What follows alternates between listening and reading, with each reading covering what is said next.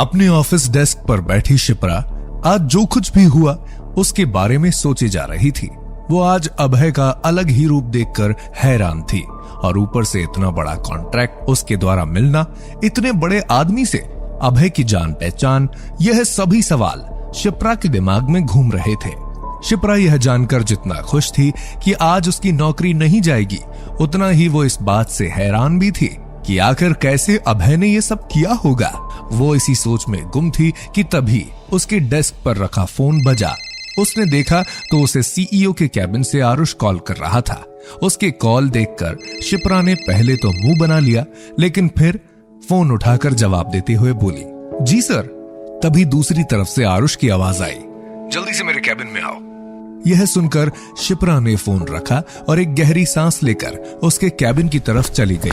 आरुष के कैबिन में पहुंचते ही उसने कांच के दरवाजे से ही देखा कि आरुष उस कॉन्ट्रैक्ट को पढ़ रहा है जिसे आज अभय ने निखिल कपाड़िया से साइन कराया था, और उसे देखते हुए उसके चेहरे पर कुछ कंफ्यूजन से भरे हुए भाव थे।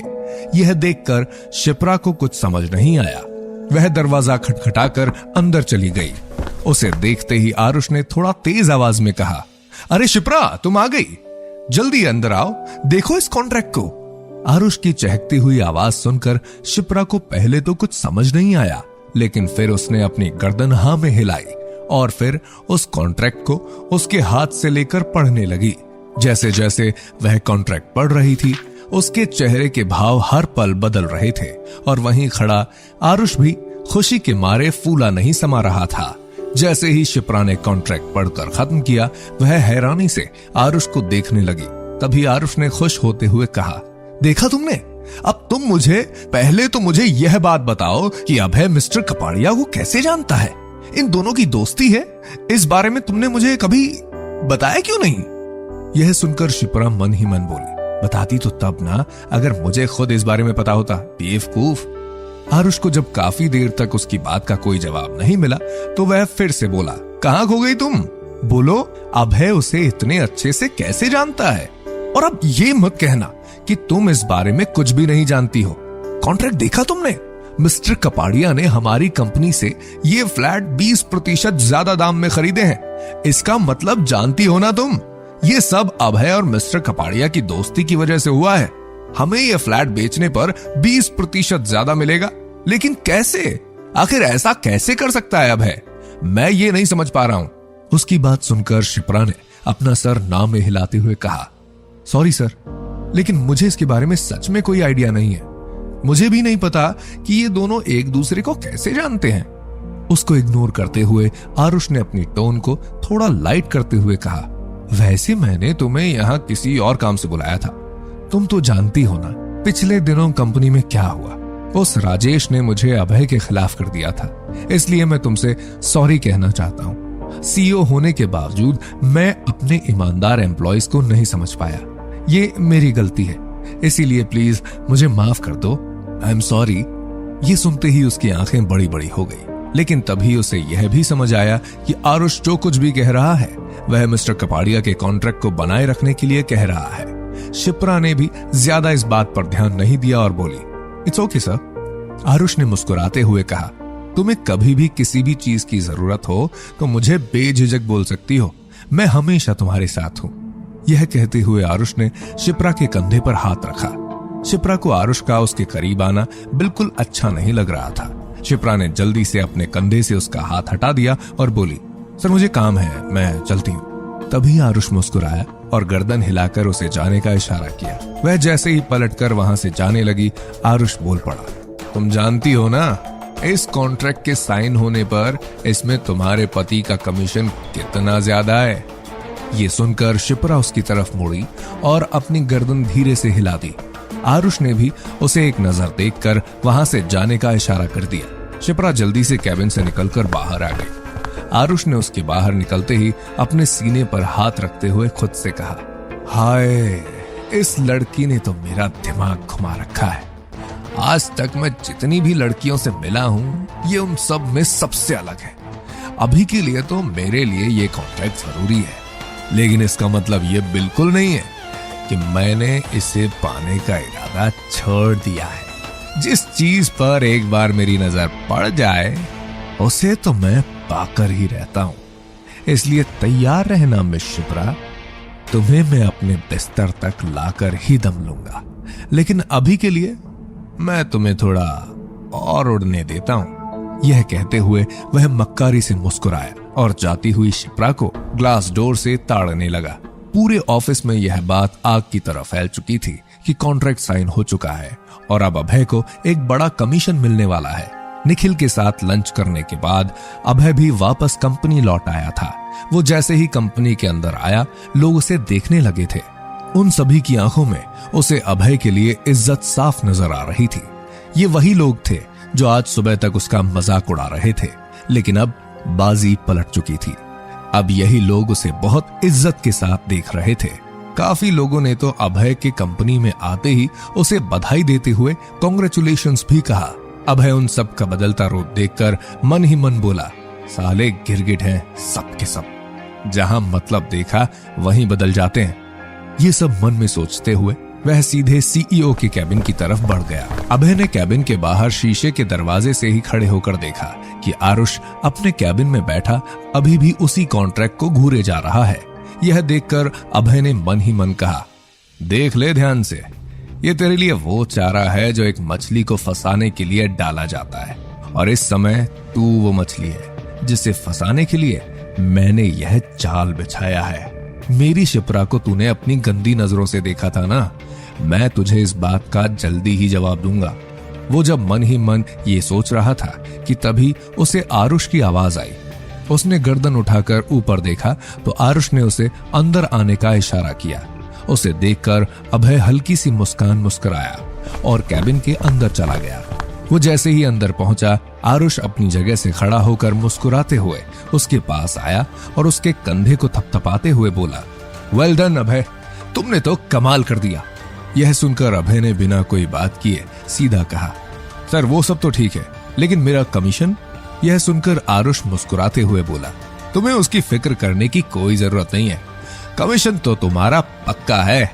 ये बात कहते हुए आरुष ने टेबल से अपनी चेकबुक उठाई और कुछ लिखने लगा। तभी अभय ने उसकी तरफ देखते हुए कहा, सर फ्लैट की कीमत और हमारे प्रॉफिट से 20% ज्यादा दिया है मिस्टर कपाड़िया ने, इसलिए मुझे यकीन है कि आप भी मेरा ऐसे ही ध्यान रखेंगे जैसे मैंने आपका ध्यान रखा है। अभय की बात सुनकर आरुष को यह समझते देर नहीं लगी कि अभय कमीशन बढ़ाने की बात कर रहा है।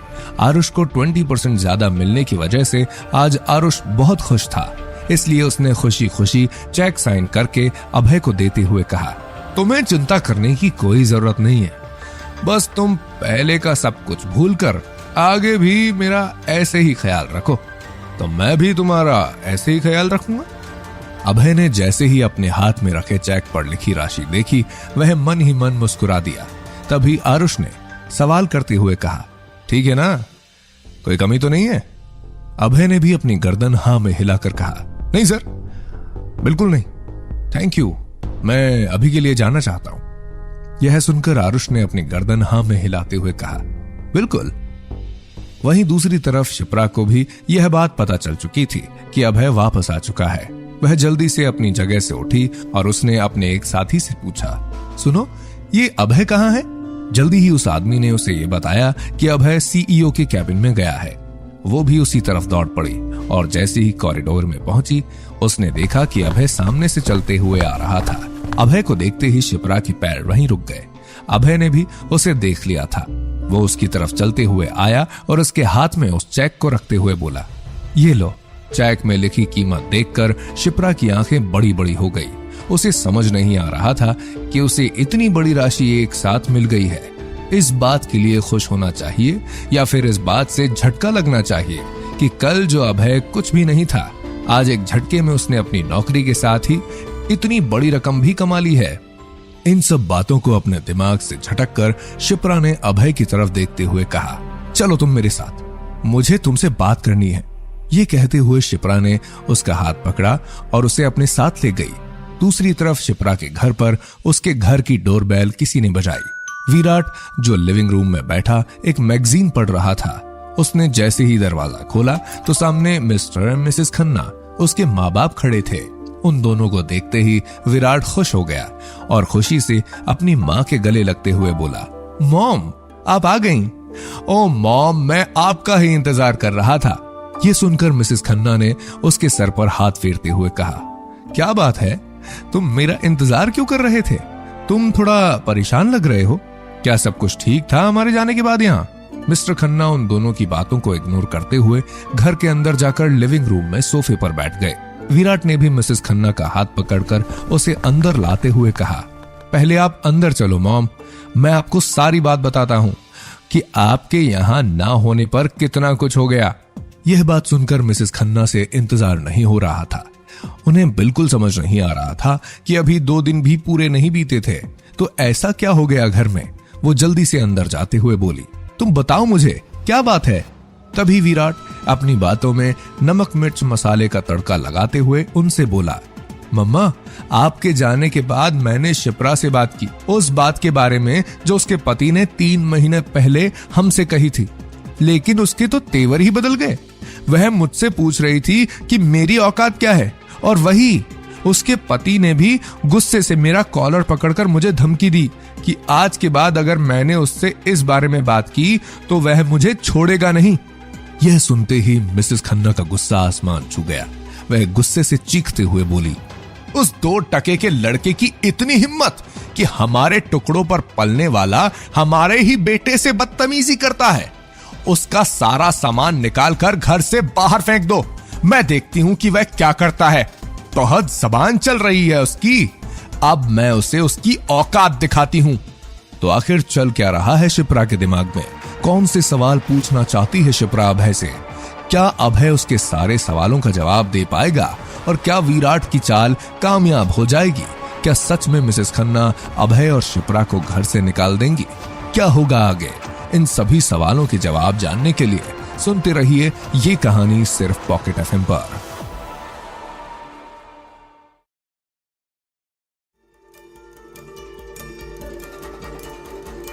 विराट के ये कहने के बाद कि अभय ने विराट के साथ बदतमीजी की है और उसे धमकी भी दी है, मिसेस खन्ना का दिमाग खराब हो गया था।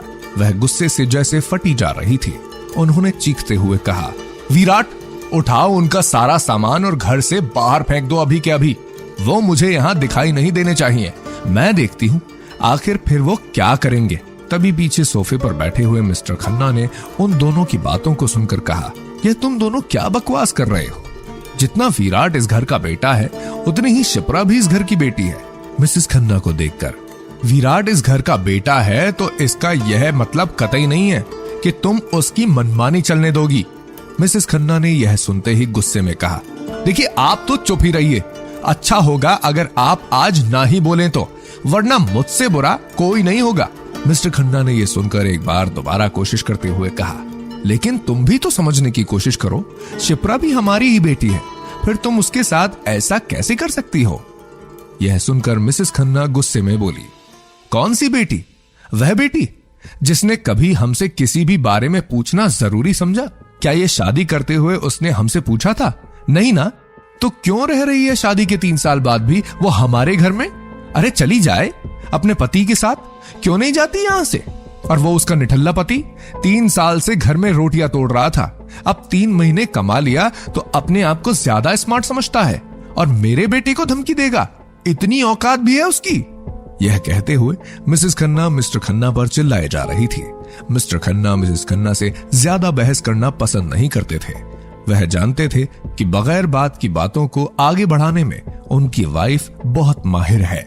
इसलिए उन्होंने विराट की तरफ देखते हुए कहा, विराट कम से कम तुम तो समझो, वो तुम्हारी बहन है। अगर तुम उसे ऐसे घर से जाने के लिए कहोगे तो सोचो उसे कितना बुरा लगेगा।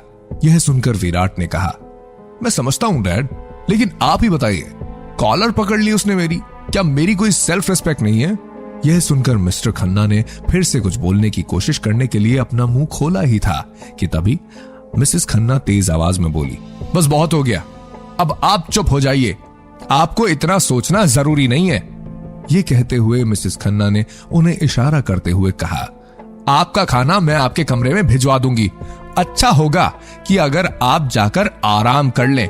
मिसेस खन्ना की बात सुनकर मिस्टर खन्ना समझ गए थे कि वो इस समय कुछ भी नहीं कर सकते हैं, इसलिए उन्होंने ज्यादा कुछ भी कहना सही नहीं समझा और चुपचाप अपने कमरे की तरफ चले गए। मिसेस खन्ना ने विराट को देखते हुए कहा। यह सुनकर विराट ने अपने चेहरे पर एक शैतानी मुस्कुराहट बिखेरते हुए अपनी गर्दन हां में हिला दी। दूसरी तरफ ऑफिस में शिप्रा अभय का हाथ पकड़कर उसे खाली कॉरिडोर में एक तरफ ले गई और उसे देखते हुए बोली, अभय, तुम मिस्टर कपाड़िया को कैसे जानते हो?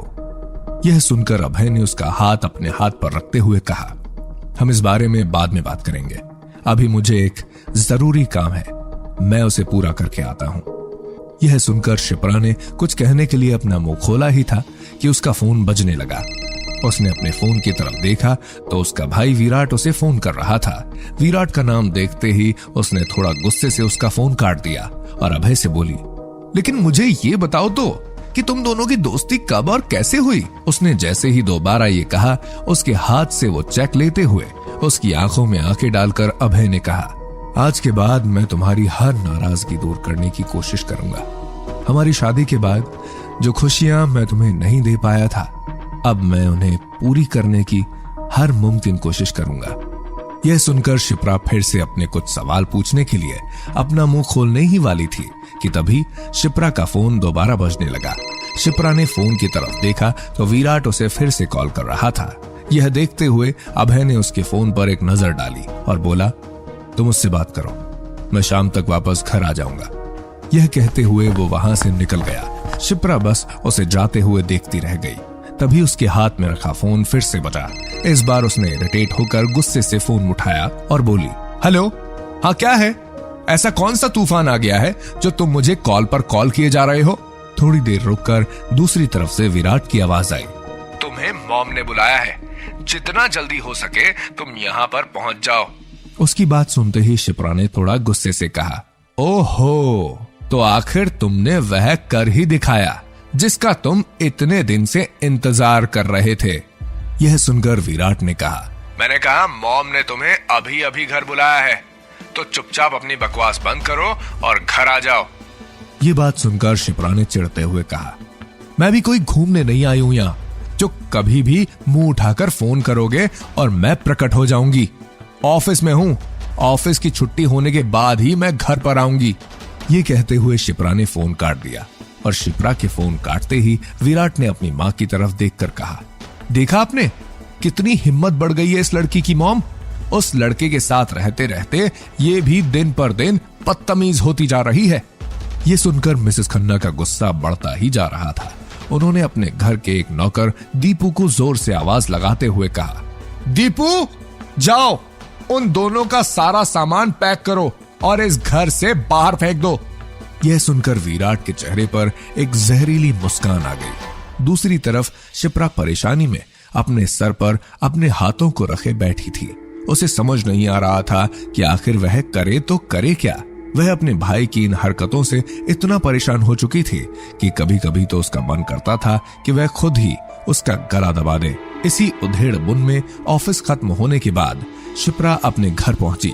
वो जैसे ही घर पहुंची उसने देखा कि घर के दरवाजे खुले हुए हैं। उसने अपना एक कदम आगे रखा ही था कि तभी एक तगड़ा सा बैग लुढ़कते हुए उसकी तरफ आकर गिरा, जिसे देखकर शिप्रा ने अपने 2 कदम पीछे ले लिए। उसने गौर से इस बैग को देखा और फिर सामने की तरफ देखा तो मिसेस खन्ना गुस्से से उसे घूर रही थी और उनके पीछे ही विराट मुस्कुराते हुए खड़ा था। उन दोनों को देखकर शिप्रा ने एक गहरी सांस ली और मन ही मन कहा, हो गया इन दोनों का ड्रामा शुरू। उसने एक गहरी सांस अपने अंदर भरी, जैसे वो खुद को आगे होने वाले ड्रामे के लिए तैयार कर रही हो। जमीन पर अपने बैग को पड़े हुए देखकर शिप्रा ने अपनी माँ से एक ठंडी आवाज में कहा, मॉम, यह सब क्या है? आप ऐसा? उसकी माँ ने बिना उसकी बात आगे सुने ही उस पर बरसते हुए कहा, यह क्या है? यह तो तुम्हें और तुम्हारे पति को मेरे बेटे को धमकी देने से पहले ही सोचना चाहिए था ना। तुम दोनों खुद को समझते क्या हो? मेरे बेटे के ही घर में रहकर तुम दोनों उस पर ही रौब जमा रहे हो। ये सुनकर शिप्रा ने बोलने की कोशिश करते हुए कहा, मॉम, आप सिर्फ विराट की ही बात। तभी मिसेस खन्ना ने उसकी बात काटते हुए कहा, बस बहुत हो गया तुम दोनों का। मैं कोई तमाशा नहीं चाहती। मैंने सारा सामान पैक करवा दिया है तुम्हारा, ये उठाओ और दफा हो जाओ मेरे घर से। यह सुनकर शिप्रा की आंखें बड़ी बड़ी हो गई।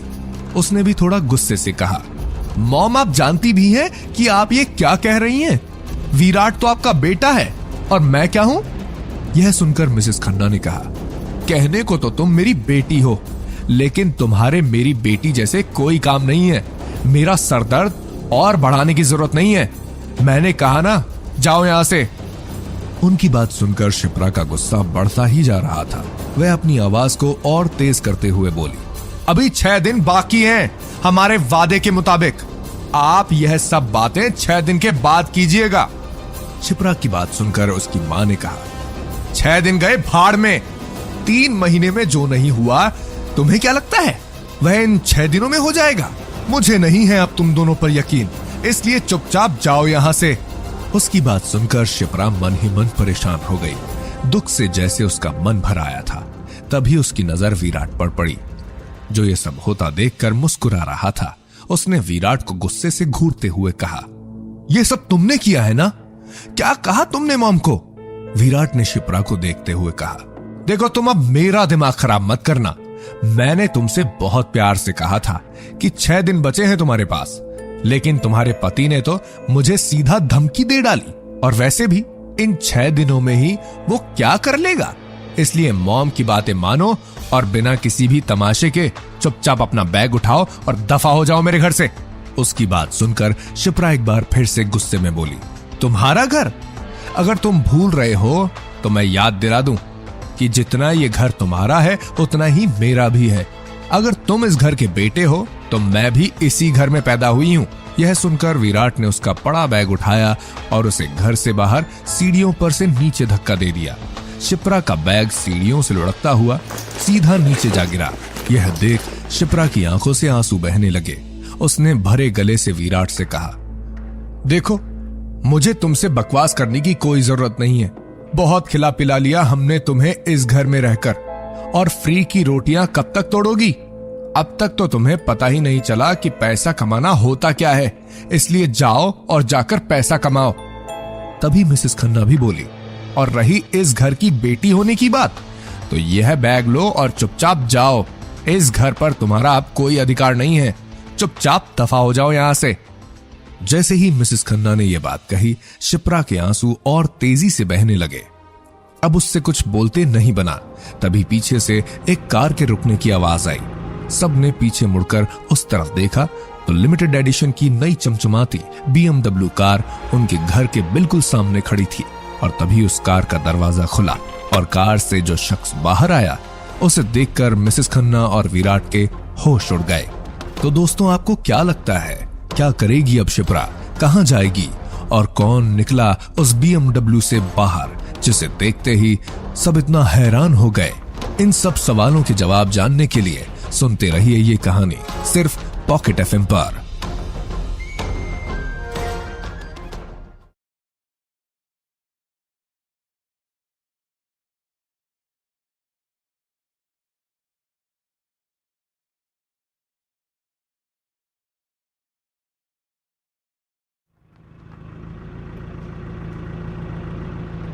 लिमिटेड एडिशन की नई चमचमाती कार को अपने दरवाजे पर रुकते देख मिसेस खन्ना और विराट की आंखें बड़ी बड़ी हो गई। कार को देखकर ऐसा लग रहा था जैसे वह अभी सीधा शोरूम से निकलकर यहाँ पर आई है। विराट ने अपनी चमचमाती हुई आंखों से उस कार को ऐसे देखा जैसे उसकी कई सालों पुरानी मन्नत पूरी हो गई हो। यह विराट की मनपसंद कार थी। शिप्रा ने भी जब मिसेस खन्ना और विराट की नजरों का पीछा किया और पीछे मुड़कर उनकी तरफ देखा, तभी लग्जरी कार का दरवाजा खुला और जो शख्स उसमें से बाहर निकला, उसे देखकर तीनों ही हैरान हो गए। विराट की आंखें तो जैसे लगभग निकलकर बाहर ही आने वाली थी। तभी शिप्रा के मुंह से धीमी सी आवाज में निकला, अभय, क्या इसने वो सारे पैसे इस कार पर खर्च कर दिए? इतना कहकर वह चुप हो गई। अभय कार का दरवाजा बंद कर गाड़ी की चाबी अपने हाथ में घुमाते हुए शिप्रा के करीब आया। उसने दूर से ही बैग को सीढ़ियों से लुढ़कते हुए देख लिया था। वो अच्छे से समझ रहा था कि यहाँ पर क्या हो रहा होगा। कार की चाबी को अपने हाथ में छुपाते हुए वो शिप्रा के पास पहुंचा और उसे देखते हुए बोला, यह सब क्या हो रहा है शिपी? शिप्रा ने उसे जवाब देने की बजाय अपना ही सवाल पूछा। पहले तुम मुझे बताओ कि यह कार कहां से आई? यह सुनकर अभय ने मुस्कुराते हुए अपने हाथ में ली कार की चाबी शिप्रा के हाथ में देते हुए कहा, यह मैंने तुम्हारे लिए खरीदी है। उसके मुंह से यह सुनते ही शिप्रा से ज्यादा तो मिसेस खन्ना और विराट हैरान थे। वह दोनों वापस से अभी कही अभय की इस बात को अपने मन में रिवाइंड करके सुन रहे थे। विराट को तो ऐसा लग रहा था जैसे उसने कुछ गलत सुन लिया हो। उसने अभय से हंसते हुए कहा, क्या कहा तुमने? मुझे कुछ गलत सुनाई दे गया? जरा बताओगे कि अभी तुमने क्या कहा? मुझे कुछ गलत सुनाई दिया? तुम हमेशा से ऐसी ही लग्जरी कार लेना चाहती थी ना? मैंने पता किया, अभी का लेटेस्ट डिजाइन और मॉडल यही है, इसलिए मैंने बस ये तुम्हारी खुशी के लिए खरीदी है। ये कहते हुए उसने शिप्रा का हाथ पकड़ा और चाबी उसके हाथ में रख दी। कार की चाबी को देखते हुए शिप्रा के चेहरे पर मिले जुले भाव थे। शिप्रा जानती थी कि अभय के पास आज इतने पैसे थे कि वह आसानी से एक लग्जरी कार ले सकता था, लेकिन उसे समझ नहीं आ रहा था घर से बेघर होने की नौबत आ गई है और दूसरी तरफ अभय ने एक कार खरीदकर क्या किया है। वह इस बात को समझना चाह रही थी कि आखिर अभय करना क्या चाहता है। तभी विराट ने एक बार फिर से उन दोनों के बीच दखल अंदाजी करते हुए कहा, तुमने कार खरीदी है? उसका मजाक उड़ाकर हंसते हुए तुम्हारी इतनी औकात कब से हो गई कि तुमने एक कार खरीद ली, और वो भी लग्जरी कार? ज्यादा फेंको मत, सर पर छत नहीं है और बात लग्जरी कार खरीदने की करते हो। अब जल्दी बताओ किसकी कार चोरी की है तुमने? यह सुनकर शिप्रा गुस्से से उसकी तरफ मुड़ी। वो पहले ही विराट से चिढ़ी हुई थी। उसने अभय का हाथ अपने हाथ में मजबूती से पकड़ा और विराट पर चीखते हुए बोली, तुम्हारी कितनी औकात है ये मैं अच्छे से जानती हूँ। मॉम को बहला फुसलाकर ये घर तुमने अपने नाम करा लिया है, तो तुम खुद को कहीं का राजा समझने लगे हो क्या? तुम्हारी जिंदगी की सच्चाई ये है कि तुम खुद दूसरों के टुकड़ों पर पलने वाला एक इतना कहकर शिप्रा ने अपनी बात अधूरी छोड़ दी। तभी विराट गुस्से में बोला, बोलो बोलो, रुक क्यों गई? मैं भी तो देखूं कितना जहर भरा हुआ है तुम्हारे मन में मेरे लिए। शिप्रा ने उसे घूरकर उंगली दिखाते हुए कहा, ये मैं अच्छे से जानती हूं कि किसके मन में किसके लिए कितना जहर है, और तुम तो उन लोगों से भी गए गुजरे हो जो रोड पर भीख मांगकर अपना गुजारा करते हैं। तुमने मुझे आज घर से बेघर किया है ना, एक दिन तुम खुद भी सड़क पर आ जाओगे, और याद रखना उस समय तुम्हारी मदद करने वाला और कोई भी नहीं होगा। विराट और मिसेस खन्ना वहां खड़े शिप्रा की बातों को सुन रहे थे। मिसेस खन्ना को उनकी बातें सुनकर बहुत गुस्सा आ रहा था। वो कुछ कहने ही वाली थी कि तभी विराट ने कहा, जब टाइम आएगा तब की तब देखेंगे, अभी के लिए तुम बस यह बताओ कि इतनी महंगी कार तुम्हारे पास कैसे आई? ये कहते हुए विराट ने अभय को देखा, लेकिन अभय ने उसकी बात का कोई जवाब देना जरूरी नहीं समझा। वह सिर्फ शिप्रा को देखे जा रहा था, जिसकी आंखों से कुछ आंसू की बूंदें बह गई थी। उसका चेहरा बिल्कुल उतर गया था। जिस चमकते हुए चेहरे के साथ अभय उसे रोज देखना चाहता था, आज वह चेहरा कहीं गुम सा हो गया था। शिप्रा को ऐसे देखकर अभय को बिल्कुल अच्छा नहीं लग रहा था। तभी अभय ने उसका हाथ पकड़ा और बोला, चलो हम यहां से चलते हैं। यह सुनकर शिप्रा ने एक नजर अभय को देखा और फिर मुड़कर जाने लगी।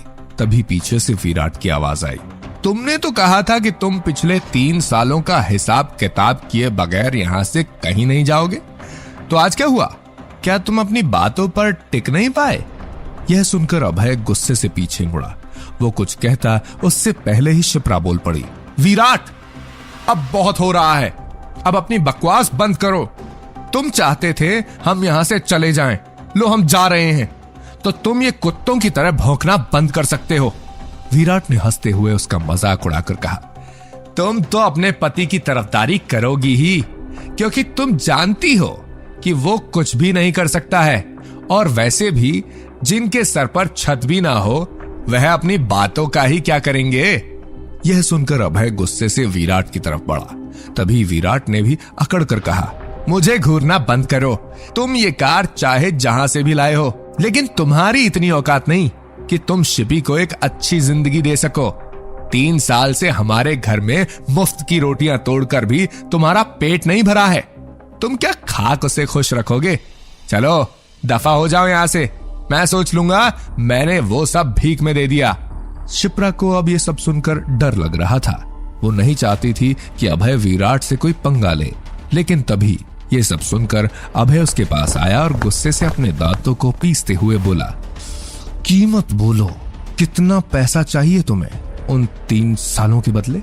यह सुनकर जैसे विराट की आंखें चमकने लगी। उसे अपनी एक चाल कामयाब होती नजर आ रही थी। विराट ने आओ देखा न ताव और सीधे अपनी बात बोली, अच्छा ठीक है, अब तुम अपने ऊपर से मेरा कर्जा उतारना ही चाहते हो तो कुछ देर रुक कर यह कार, उसने सामने खड़ी लग्जरी कार की तरफ इशारा करते हुए कहा, इस कार को मुझे देते जाओ। मैं सोच लूंगा कि पिछले 3 सालों का पूरा हिसाब किताब तुमने कर दिया है। यह सुनते ही शिप्रा, जिससे अब अपना गुस्सा बर्दाश्त नहीं हो रहा था, वह विराट पर चीखते हुए बोली, विराट, तुम आखिर खुद को समझते क्या हो? ऐसा कर ही क्या दिया तुमने इन 3 सालों में? हाँ, मानती हूं कि अभय कमाता नहीं था, लेकिन मेरी पूरी सैलरी इसी घर में खर्च होती थी। अगर तुमने हमारे रहने का खर्च उठाया है तो मैंने भी अपने और अपने पति के यहाँ होने का पूरा खर्चा दिया है। उसके मुंह से पति शब्द सुनकर अभय जैसे आसमान में उड़ने लगा। तभी ये सुनते ही विराट हंसते हुए बोला, देखो शिपी, अब तुम बात बदलने की कोशिश मत करो। मिसेस खन्ना, जो बहुत देर से वहां पर खड़ी उनकी बातों को सुने जा रही थी, उसने भी अपनी आवाज को थोड़ा धीमे करते हुए कहा, शिपी, सही तो कह रहा है विराट। अरे तुम्हें हमारे बारे में भी थोड़ा सोचना चाहिए। पिछले 3 साल से तुम इस घर पर रह रही हो। हमने तुम्हें कभी जाने के लिए कहा? अब भी हम तुम्हें तुम्हारी ही भलाई के लिए जाने के लिए कह रहे हैं। और अगर अब भी तुम दोनों ऐसे ही मुफ्त में इस घर में रहोगे तो इस अभय को अक्ल कैसे आएगी कि इसे अपने और अपनी बीवी के लिए कुछ करना चाहिए? बस तुम्हारे बारे में ही अच्छा सोचकर और तुम्हारे ही कल को अच्छा बनाने के लिए हमने यह सब किया है। लेकिन तुम्हें कहां हमारी अच्छाइयां नजर आएंगी? तुम्हें तो बस हमारी बुराइयां ही नजर आती हैं। शिप्रा मिसेस खन्ना की बातों को अच्छे से समझ रही थी। उसने अभय का हाथ पकड़कर कहा, अभय चलो यहां से। तभी मिसेस खन्ना ड्रामा करते हुए दोबारा बोली, हाँ, अब तो तुम जाओगी ही। आखिर तुम्हारे भाई ने तुमसे कुछ मांग जो लिया है। अगर बहन होने के नाते तुम उसकी थोड़ी मदद कर दोगी तो क्या बिगड़ जाएगा? लेकिन नहीं, तुम ऐसा क्यों करने लगी? आखिर तुम हमें अपना मानती ही कहां हो? तुम्हारे लिए तो हम कोई गैर हैं। एक बार भी तुम अपने भाई के बारे में नहीं सोचती कि अगर उसकी शादी अनामिका से हो जाएगी तो एक अच्छे घर की लड़की इस घर में आ जाएगी और हमारा जो बिजनेस दिन प्रतिदिन डूबता जा रहा है वह फिर से चलने लगेगा। और ऐसा होते ही इसमें उतना ही फायदा तुम्हारा भी होगा जितना हमारा है। लेकिन नहीं, तुम्हें तो सिर्फ हमारा फायदा उठाना है। अगर तुम्हारे भाई ने यह कार मांगी भी तो क्या बुरा कर दिया बोलो? क्या तुम 3 साल से इस घर में नहीं रह रही हो? अरे शादी के 3 साल बाद भी कौन लड़की अपने घर में रहती है, और वह भी मुफ्त की रोटियां तोड़ते हुए? और अगर उसके बदले में तुम लोग यह कार हमें दे भी देते हो तो कौन सी बड़ी बात है? क्यों अभय, तुम तो अपने आप को एक मर्द कहते हो ना? तो कैसे मर्द हो तुम?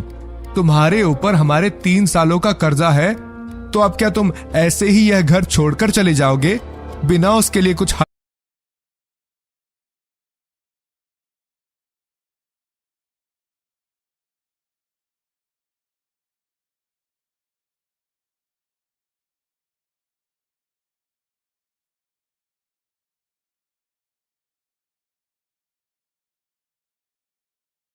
ऐसी औरत मेरी मां हो ही नहीं सकती।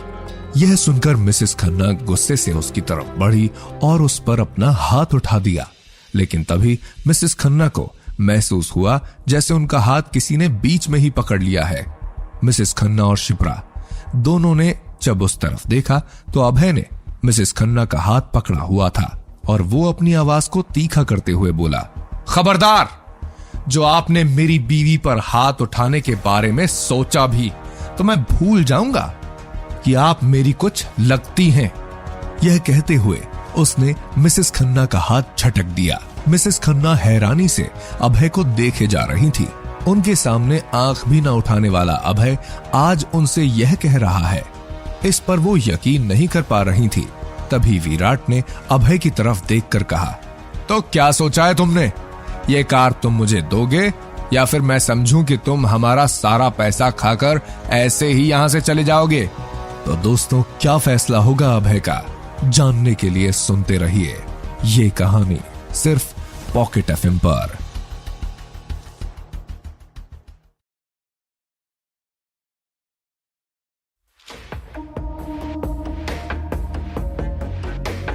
विराट ने अभय को नीचा दिखाने के लहजे में बात कही, तो क्या सोचा है अभी तुमने? क्या तुम यह कार मुझे दोगे या मेरे पैसे लेकर भाग जाओगे? ये सुनकर अभय ने गहरी सांस ली और शिप्रा की तरफ देखकर बोला, शिप्रा चाबी दे दो। यह सुनते ही जैसे शिप्रा का गुस्सा आसमान छूने लगा। वह गुस्से से उस पर चीखते हुए बोली, अभय तुम जानते भी हो क्या कह रहे हो? विराट को घूरते हुए, अरे ये तो चाहता ही है कि यह हमसे हमारा सब कुछ छीन ले और हमें इस घर से धक्के मारकर निकाल दे। तुम्हें अभी तक ये समझ नहीं आया? जो अपनी सगी बहन का नहीं हुआ वह तुम्हारा क्या होगा? समझने की कोशिश करो और चुपचाप चलो यहां से। इस जैसे इंसान को कुछ भी देने का कोई फायदा नहीं है। शिप्रा की बात सुनकर मिसेस खन्ना ने उसे घूर कर देखा। तभी एक बार फिर से अभय की आवाज आई, शिप्रा मैंने कहा ना, चाबी उसे दे दो। मैं नहीं चाहता कि हमारे यहां से जाने के बाद कोई हमें हमारी पीठ पीछे कोसे और खासकर कोई तुम्हें कुछ भी कहे। यह मुझे बिल्कुल बर्दाश्त नहीं है। और रही गाड़ी की बात, तो ऐसी न जाने कितनी ही गाड़ियां मैं तुम्हारे लिए खरीद लूंगा। तुम बस एक बार मेरा भरोसा करो। उसकी बात सुनकर शिप्रा ने गुस्से से चाबी विराट की तरफ उछाल दी। विराट चाबी को पकड़ता उससे पहले ही अभय ने चाबी अपनी मुट्ठी में कस ली। अभय को ऐसे चाबी लेते देख विराट ने उसे सवालिया नजरों से देखा। अभय ने जवाब देते हुए कहा, कार तो तुम रख लो, लेकिन इसके बाद तुम्हारे हम पर कोई भी एहसान नहीं है, समझे तुम? और मुझसे और मेरी बीवी से कोई लेना देना भी नहीं है। यह कहते हुए अभय ने चाबी विराट की तरफ आगे बढ़ाई और जैसे ही विराट ने अपना हाथ चाबी लेने के लिए बढ़ाया, अभय ने चाबी को छोड़ दिया। चाबी एक झटके से फर्श पर गिरी। यह देखकर विराट ने एक नजर अभय की तरफ देखा और जल्दी से झुककर चाबी लेने गया। चाबी अभय के पैरों के बिल्कुल पास में गिरी हुई थी और जैसे ही विराट ने झुककर उस चाबी को उठाना चाहा, वह अभय के बिल्कुल सामने झुक गया। यह देखकर अभय के चेहरे पर एक शैतानी मुस्कुराहट आ गई और वही विराट को जब ये बात समझ में आई तो उसने गुस्से से चाबी अपनी मुट्ठी में कस ली और अभय को घूरने लगा। अभय एक टेढ़ी मुस्कान मुस्कुराया और शिप्रा का हाथ अपने हाथ में पकड़कर वहां से निकल गया। कुछ दूरी पर जाते हुए शिप्रा उस गाड़ी को देखे जा रही थी। वहीं उसकी माँ और विराट उन दोनों को इग्नोर कर भागकर उस कार के पास आए और उस कार को चारों तरफ से देखने लगे। उन्हें इस बात से कोई फर्क नहीं पड़ा कि उनकी सगी बेटी को उन्होंने आधी रात को घर से बेघर कर दिया है। तभी घर में से एक नौकर भागते हुए आया और विराट और मिसेस खन्ना से बोला, सर, मैडम, वो बड़े सर बहुत देर से दरवाजा खटखटा रहे हैं। यह सुनकर मिसेस खन्ना ने मुंह बनाते हुए कहा, हाँ हाँ जाओ और खोल दो दरवाजा। ये सुनकर वो नौकर भागते हुए दरवाजे से अंदर गया और सीढ़ियों से ऊपर जाकर उसने जल्दी से एक बंद कमरे का दरवाजा खोला। अंदर से मिस्टर खन्ना अपने लाल चेहरे के साथ बाहर आए। उन्हें देखकर ऐसा लग रहा था कि वह काफी देर से दरवाजा खोलने के लिए बोल रहे थे, जिसे मिसेस खन्ना ने बाहर से लॉक कर दिया था। मिसेस खन्ना यह बात जानती थी कि अपनी बेटी शिप्रा को रोकने के लिए मिस्टर खन्ना जरूर कुछ न कुछ ड्रामा करेंगे। इसलिए मिसेस खन्ना ने उन्हें कमरे में भेजकर कमरा बाहर से बंद कर दिया था। मिस्टर खन्ना जैसे ही कमरे से बाहर आए, उन्होंने घूरकर उस नौकर को देखा तो उस नौकर ने अपनी गर्दन झुका ली। मिस्टर खन्ना गुस्से से अपनी छड़ी के सहारे सीढ़ियों से उतरकर नीचे आए और जल्दी से दरवाजे के बाहर खड़ी अपनी बीवी और बेटे के पास पहुंच गए। उन्होंने मिसेस खन्ना और विराट को घूरते हुए कहा, यह सब क्या है? तुम दोनों की इतनी हिम्मत कि तुमने मुझे कमरे में बंद कर दिया। फिर उन्होंने चारों तरफ देखा और बोले, शिपी और अभय कहां हैं? मुझे थोड़ी देर पहले शिपी की आवाज आई थी। क्या किया तुमने उन दोनों के साथ? मिसेस खन्ना, जो गाड़ी को देखने में बिजी थी, उन्होंने उनकी बात का कोई जवाब नहीं दिया और उन्हें पूरी तरह से इग्नोर कर दिया। तभी मिस्टर खन्ना दोबारा चिल्लाए, मैं कुछ पूछ रहा हूं, कहां है मेरी बेटी और दामाद? इस बार मिसेस खन्ना ने उन्हें घूर कर आंखें दिखाते हुए कहा, भगा दिया मैंने उन्हें घर से, और अगर तुम्हें उन पर इतना ही प्यार आ रहा है तो तुम्हारा भी बैग पैक करने के लिए बोल देती हूं। तुम भी जाओ यहां से। ये सुनते ही मिस्टर खन्ना की बोलती बंद हो गई। वो ये अच्छे से जानते थे कि उनकी वाइफ ऐसा कर सकती है। उन्हें अपने बेटे के अलावा और किसी से कोई लेना देना नहीं है और इस समय वो विकलांग होने की वजह से मजबूर थे। यह सब सोचकर मिस्टर खन्ना मायूस हो गए। तभी उनकी नजर उस गाड़ी पर गई। उन्होंने उस गाड़ी को देखते हुए कहा, यह गाड़ी किसकी है? विराट ने उस गाड़ी पर हाथ फेरते हुए कहा, डैड, आज तो मेरी है। यह सुनकर मिस्टर खन्ना थोड़ा कंफ्यूज हो गए और उन्होंने कंफ्यूजन में ही कहा, तुम्हारी ही है? इस बात का क्या मतलब है? मिस्टर खन्ना को जवाब देते हुए विराट ने पहले उस कार को चूमा और फिर गाड़ी की चाबी अपनी उंगली में घुमाते हुए बड़े स्टाइल से बोला, हाँ डैड, मेरी ही है।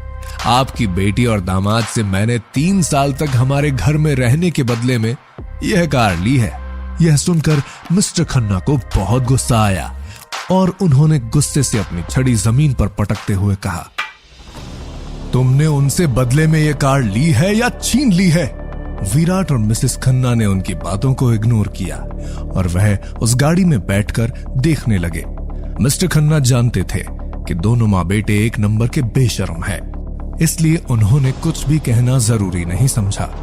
उन्होंने एक नजर बाहर दरवाजे पर डाली, जहां से कुछ देर पहले शिप्रा और अभय निकल गए थे, और फिर अपने भारी कदमों से खुद को छड़ी के सहारे घर के अंदर ले गए।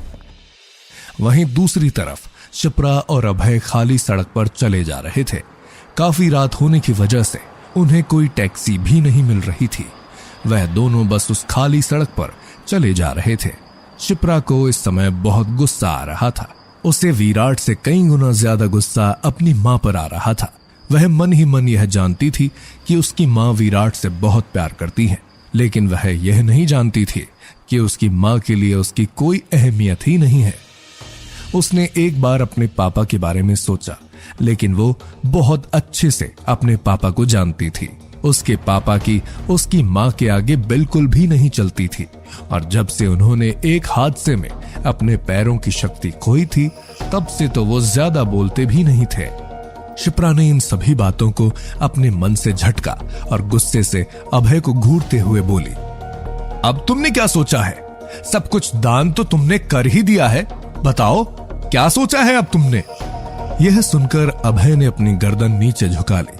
अभय को गुस्से से घूरते हुए शिप्रा ने अपना फोन निकाला और जल्दी से कैब बुक करने लगी। थोड़ी ही देर में कैब भी आ गई थी। अभय इस समय चाहता तो शिप्रा को अपने बारे में सब कुछ सच बताकर एक सुकून की जिंदगी दे सकता था, लेकिन अभय ने ऐसा कुछ भी नहीं किया। वह सिर्फ शिप्रा को कुछ करते हुए देख रहा था। थोड़ी देर में उनकी कार भी आ गई। शिप्रा जाकर कार में बैठ गई। अभय भी चुपचाप जाकर बिना कुछ कहे कार में बैठ गया, लेकिन 40 मिनट बाद दोनों एक जगह पर पहुंचे। शिप्रा ने एक बार घड़ी की तरफ देखा, जिसमें रात के 12 बजने वाले थे, और फिर कुछ सोचकर उस घर की बेल बजा दी। 2 से 3 बार इस घर की बेल बजाने के बाद दरवाजा अंदर से खुला। सामने शिप्रा की ही उम्र की एक लड़की खड़ी थी। उसने जैसे ही शिप्रा को इतनी रात को देखा, उसने जल्दी से उसका हाथ पकड़ते हुए कहा, शिपी, क्या हुआ? तुम इतनी रात को यहां? यह सुनकर शिप्रा ने अपनी गर्दन झुका ली। उसकी आंखों में नमी साफ दिखाई दे रही थी। सामने खड़ी अदिति, जो कि उन दोनों के ही ऑफिस में उसके साथ काम करती थी और शिप्रा की बहुत अच्छी दोस्त भी थी, उसको समझ आ गया था कि जरूर कुछ न कुछ हुआ है। उसने आगे बढ़कर शिप्रा को गले से लगा लिया। शिप्रा की आंख का एक आंसू आंख से बह गया, लेकिन उसने जल्दी से आंसू को पोंछ लिया। तभी अदिति ने उसकी पीठ पर हाथ फेरते हुए कहा, डोंट वरी, सब ठीक है, और नहीं है तो हो जाएगा, आओ मेरे साथ। कहते हुए उसने शिप्रा का हाथ पकड़ा था और उसके हाथ पकड़ते ही उसे अंदर ले गई। शिप्रा जाकर सोफे पर बैठ गई।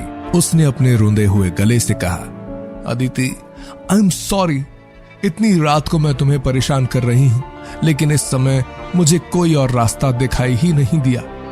यह सुनकर अदिति ने मुस्कुराते हुए कहा, शट अप शिपी, अगर परेशानी में दोस्त काम नहीं आएंगे तो और कौन आएगा। तुम वो सब छोड़ो और जाओ मेरे कमरे में फ्रेश हो जाओ। लेकिन मुझे खाना बनाना नहीं आता और मेरी खाना बनाने वाली भी चली गई, खाना खुद बनाना होगा। यह सुनकर जैसे ही शिप्रा ने कुछ कहने के लिए अपना मुंह खोला, तभी अदिति बोली, तुम नहीं, अभय खाना बनाएगा। अभय जो चुपचाप बैठा था, उसने अदिति को देखा और फिर अपनी गर्दन हाँ में हिला दी। अदिति ने उसे मुंह बनाकर देखा और फिर किचन की तरफ इशारा करते हुए कहा, किचन उस तरफ है, जाओ और जो कुछ भी चाहिए वो वहां मिल जाएगा, और किसी भी चीज की जरूरत हो तो मुझे पूछने की कोई जरूरत नहीं है, ढूंढ लेना वहीं कहीं होगा। मैं खुद भी किचन में कभी नहीं जाती हूँ, इसलिए मुझे नहीं पता कि कौन सी चीज कहाँ रखी है। यह सुनकर अभय ने अपनी गर्दन हाँ में हिलाई और किचन की तरफ चला गया। उसके जाने के बाद अदिति ने शिप्रा के कंधे पर हाथ रखा और बोली, शिप्रा, सब ठीक है, चलो उठो और फ्रेश हो जाओ, काफी रात हो गई है, हम कल बात करेंगे। यह सुनकर शिप्रा ने अपनी भरी हुई आंखों से अदिति की तरफ देखा तो अदिति ने उसे दिलासा देते हुए कहा, मैंने कहा ना, सब ठीक हो जाएगा, चलो अब उठो। उसकी बात सुनकर शिप्रा अपनी जगह से उठी और अदिति के कमरे की तरफ चली गई। शिप्रा पहले भी यहाँ पर कई बार आ चुकी थी, इसलिए वो अदिति के घर के कोने कोने को जानती थी। अदिति का घर ज्यादा बड़ा नहीं था। उसके घर में एक बेडरूम, एक किचन, एक गेस्ट रूम और एक छोटा सा लिविंग हॉल था। वहीं दूसरी तरफ अभय किचन में सामान ढूंढते हुए खाना बना रहा था। तभी उसका फोन बजा। उसने जल्दी से अपनी जेब से फोन निकालकर फोन की तरफ देखा और फोन उठाते हुए बड़ी सीरियस आवाज में कहा, हेलो, मैं आपके फोन का ही इंतजार कर रहा था। तो दोस्तों, अब क्या लगता है आपको, क्या करेंगे अभय और शिप्रा, और किसकी फोन कॉल आई थी अभय को? इन सवालों के जवाब जानने के लिए सुनते रहिए यह कहानी सिर्फ पॉकेट एफएम पर। अभय जो किचन में खाना बना रहा था, उसने जैसे ही अपना फोन बजते हुए देखा और जल्दी से फोन उठाकर कहा, हेलो, मैं आपकी कॉल का ही इंतजार कर रहा था। दूसरी तरफ से एक भारी आवाज आई, क्या हुआ, तुम परेशान लग रहे हो, क्या सब कुछ ठीक है? यह सुनकर अभय ने जवाब देते हुए कहा, नहीं अंकल, सब कुछ ठीक नहीं है। यह कहते हुए उसने सारी बात मिस्टर सिन्हा को बता दी। मिस्टर सिन्हा ने जवाब देते हुए कहा, ठीक है, तुम कल मुझे आकर मिलो, हम कल बात करते हैं। ऐसा करना, तुम कल सीधा मेरे ऑफिस ही आ जाना। यह सुनकर अभय ने अपनी गर्दन हिलाई और फोन रख दिया। अभय आज जो कुछ भी हुआ था उस सब के बारे में सोचे जा रहा था। उसे विराट पर इतना गुस्सा आ रहा था कि उसका मन कर रहा था कि वह विराट को खत्म कर दे। कितने प्यार से आज उसने वह गाड़ी शिप्रा के लिए खरीदी थी। उसकी सिर्फ एक मुस्कान के लिए उसने वह गाड़ी खरीदी थी, लेकिन उसी गाड़ी की वजह से शिप्रा का मूड और भी ज्यादा खराब हो गया। यह सब सोचते हुए अभय ने खाना बना लिया था और वहीं अदिति के कमरे में शिप्रा भी फ्रेश होकर बाहर आ गई थी। उसके चेहरे पर उदासी साफ नजर आ रही थी। तीनों ने साथ बैठकर खाना खाया और फिर सोने के लिए जाने लगे। शिप्रा ने अदिति की नजरों की तरफ सवालिया नजरों से देखा तो अदिति बोली, मैं और तुम मेरे रूम में सो जाते हैं हमेशा की तरह, और ये अभय की तरफ इशारा करते हुए, ये गेस्ट रूम में सो जाएगा। ये सुनकर शिप्रा ने एक नजर अभय को देखा और फिर अपनी गर्दन हां में हिला दी। शिप्रा और अदिति ने अपना खाना खत्म किया और वह दोनों वहां से निकल गए।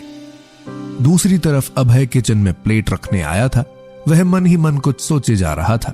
उसके दिमाग में अभी भी वही लग्जरी कार चल रही थी। उसने मन ही मन कहा, विराट, ये कार मैं नहीं चला पाया, मुझे इस बात का दुख नहीं है, लेकिन ये कार मैंने बहुत मन से अपनी बीवी के लिए खरीदी थी। और तुमने मुझसे इसे छीन कर अच्छा नहीं किया। पर यकीन मानो मेरा, अगर यह कार मेरी नहीं तो किसी की भी नहीं। गुस्से से ये कहते हुए उसने अपनी जेब से फोन निकाला और किसी को एक मैसेज कर दिया। मैसेज करने के थोड़ी देर बाद ही उसे उस मैसेज का रिप्लाई भी मिल गया, जिसे देखकर अभय के चेहरे पर एक शैतानी मुस्कुराहट आ गई। वह अपनी जगह से उठा और फिर वह भी सोने चला गया। अगली सुबह अदिति और शिप्रा एक साथ ऑफिस के लिए निकल गई। अभय भी उनके पीछे तैयार होकर निकलने लगा, लेकिन वो सीधे ऑफिस नहीं गया। वो पहले मिस्टर सिन्हा के ऑफिस पहुंचा। मिस्टर सिन्हा अपने ऑफिस में अपनी बड़ी सी चेयर पर बैठे थे। उनको देखकर ऐसा लग रहा था जैसे वो उसी का बड़ी बेसब्री से इंतजार कर रहे थे। अभय को देखते ही उन्होंने कहा, अभय तुम आ गए बेटा, अब बताओ मुझे कैसे हो तुम और कहां थे कल पूरी रात? अभय ने उन्हें बताते हुए कहा, शिप्रा की एक दोस्त है अदिति, हम उसी के घर पर थे। यह सुनकर मिस्टर सिन्हा ने अपनी गर्दन हाँ में हिलाई और अभय को देखकर कहा, तो क्या सोचा है आगे तुमने? अभय ने बिना ज्यादा कुछ भी कहे सीधा अपनी बात कही, मुझे एक घर चाहिए शिप्रा के लिए। यह सुनकर मिस्टर सिन्हा ने कुछ देर सोचा और फिर बोले, ठीक है, लेकिन उसे तैयार होने में करीब 10 दिन लगेंगे। यह सुनकर अभय ने अपनी गर्दन हाँ में हिलाते हुए कहा, ठीक है, जितना जल्दी हो सके आप कराइए। ये कहते हुए अभय की आंखों में गुस्सा साफ नजर आ रहा था। मिस्टर सिन्हा ने अभय के कंधे पर हाथ रखते हुए कहा, अभय क्या सोचा है बेटा तुमने आगे? निखिल के साथ मिलकर तुमने अभी तक का ये प्लान तो पूरा किया, लेकिन क्या तुम अभी भी उसकी कंपनी में ही काम करने की सोच रहे हो? मिस्टर सिन्हा की बात सुनकर अभय ने कुछ देर सोचा और बोला, हाँ अंकल, मैं अभी भी उसी कंपनी में ही काम करने की सोच रहा हूं, लेकिन मैं चाहता हूं कि शिप्रा वहां पर काम ना करे, क्योंकि मैं जानता हूं कि आरुष कुछ ना कुछ तो जरूर करेगा शिप्रा को परेशान करने के लिए। इसलिए मैं चाहता हूं कि जल्दी से जल्दी शिप्रा उस कंपनी को छोड़कर कोई दूसरी जॉब देख ले। यह सुनकर मिस्टर सिन्हा ने अपनी गर्दन हाँ में हिलाते हुए कहा, वह सब तो ठीक है, लेकिन तुम इसके लिए शिप्रा को मनाओगे कैसे? क्या वह तुम्हारी बात मानेगी? अभय ने कुछ देर सोचा और अपने माथे पर हाथ फेरते हुए बोला, अगर मैं उससे यह बात सीधा कहूंगा तो वह मेरी बात बिल्कुल नहीं मानेगी, और इस समय जब वह मुझसे बहुत गुस्सा है तब तो मेरी बात सुनेगी भी नहीं। लेकिन अगर यह बात किसी दूसरी तरह से की जाए तो वह इस बात को मानेगी भी और उस जॉब को छोड़कर दूसरी जॉब पर जाएगी भी जरूर। यह सुनकर मिस्टर सिन्हा ने सवाल करते हुए कहा, क्या मतलब है इस बात का, और ये सब तुम करोगे कैसे? अभय ने उनकी तरफ देखते हुए कहा, मेरे पास इसके लिए भी एक तरीका है। दूसरी तरफ शिप्रा जब ऑफिस पहुंची तो उसने देखा कि उसकी टेबल पर कुछ फाइलें रखी हैं। उन फाइलों को देखकर उसे समझ में आ गया कि यह जरूर आरुष ने ही भिजवाई होंगी। थोड़ी देर तक उन फाइलों को देखने के बाद जैसी शिप्रा को उम्मीद थी ऐसा ही हुआ। आरुष ने उसे अपने कैबिन में बुलाया था। शिप्रा ने गहरी सांस ली और खुद को तैयार करते हुए उसके कैबिन की तरफ चली गई। शिप्रा ने वहां पहुंचते ही दरवाजा खटखटाया।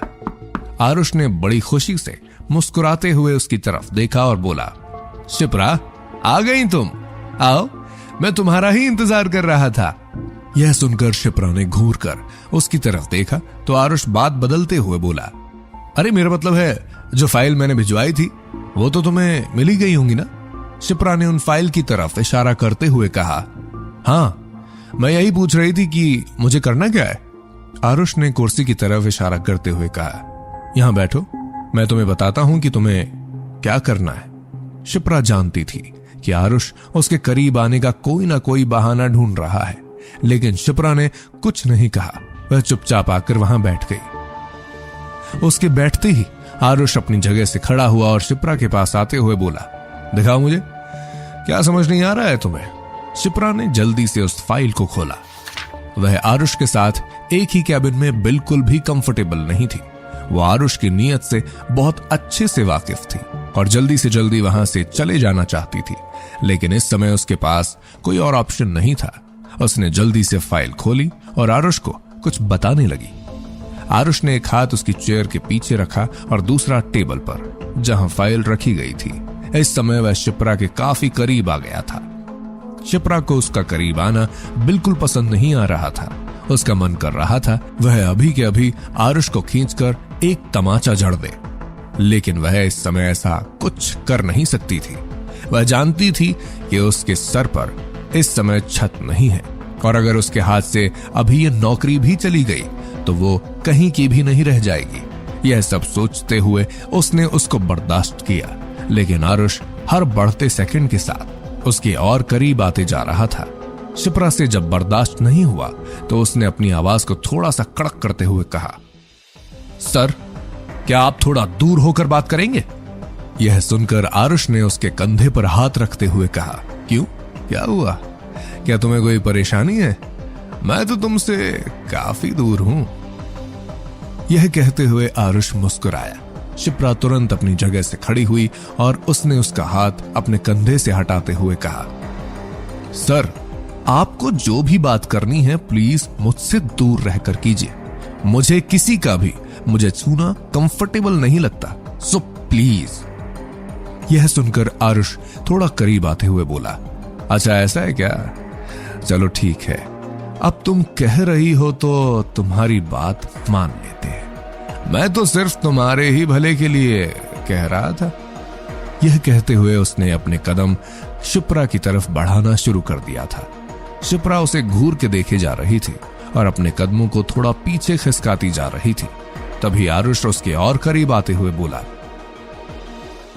शिप्रा, मुझे सच में कई बार तुम पर बहुत तरस आता है।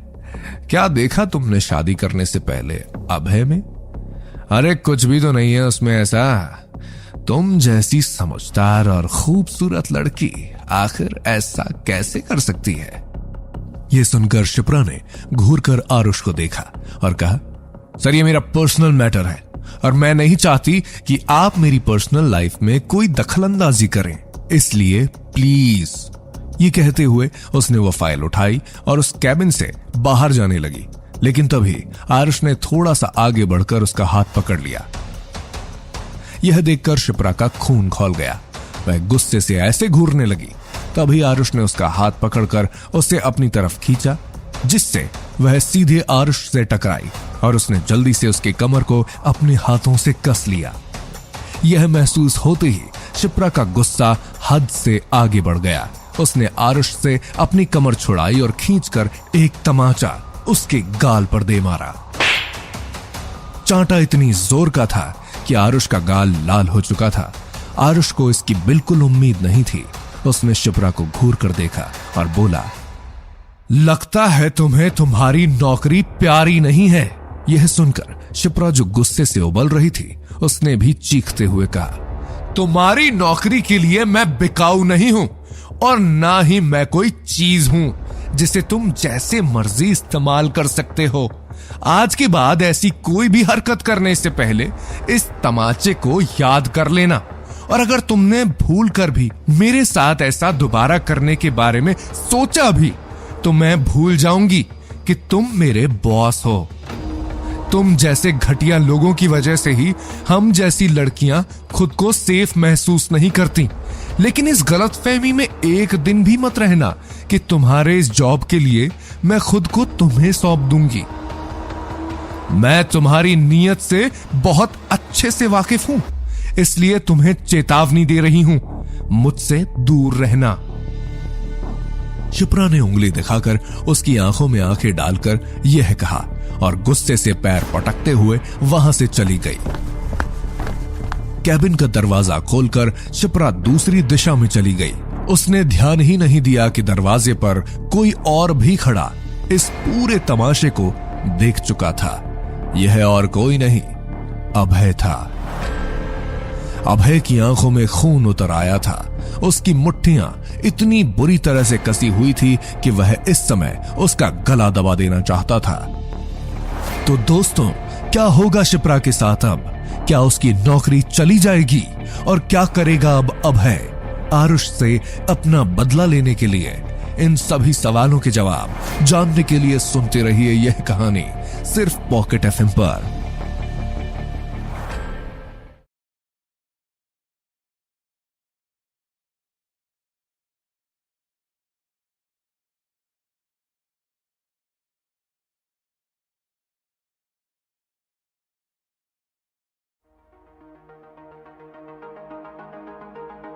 मिस्टर सिन्हा से अपनी बातें खत्म करने के बाद अभय उनके ऑफिस से निकलकर सीधा ओबेरॉय रियल एस्टेट कंपनी आ गया था।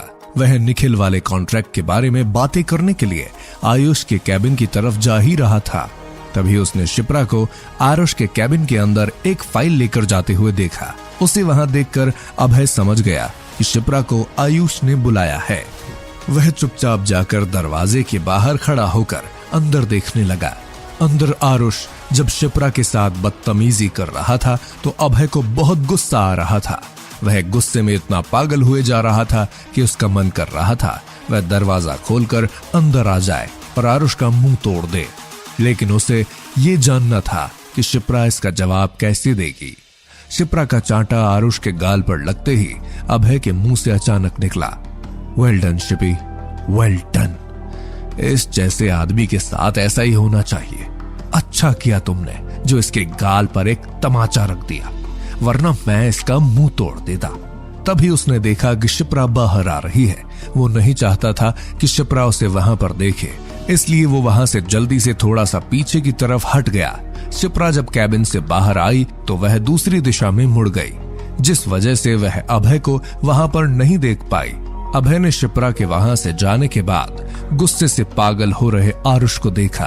आरुष ने गुस्से से अपना हाथ टेबल पर मारते हुए खुद से ही चिल्लाया, शिप्रा शिप्रा शिप्रा, तुम जैसी लड़कियां हर दूसरे दिन मेरे बिस्तर पर होती हैं। मैं तुम्हें प्यार से अपना बनाना चाहता था, लेकिन तुम्हें इज्जत रास नहीं आई। अब तुम देखो मैं क्या करता हूं तुम्हारे साथ। यह कहते हुए उसकी आंखों में शिप्रा के लिए गुस्सा साफ नजर आ रहा था। अभय ने उसे घूर कर देखा और वापस मुड़कर दूसरी तरफ चला गया। अभय ने खाली जगह पर जाकर किसी को फोन किया और बोला, हेलो निखिल, मुझे तुमसे मिलना है। दूसरी तरफ विराट खन्ना अभय से छीनी हुई लग्जरी कार लेकर कहीं जा रहा था। उसे उस कार को चलाने में बहुत मजा आ रहा था। मन ही मन वह अभय को सुनाते हुए बोल रहा था, अभय, तुम जैसे इंसान पर यह गाड़ी सूट भी नहीं करती। अच्छा है जो तुमने इस गाड़ी को मुझे दे दिया, वरना इस गाड़ी की बेकार में ही बेइज्जती हो जाती। वह खुद ही बड़बड़ा रहा था। तभी उसके बगल में रखा हुआ उसका फोन बजने लगा। उसने जब फोन देखा तो खुश होते हुए फोन उठाकर बोला, हेलो अनामिका बेबी, मैं तुम्हें ही फोन करने वाला था।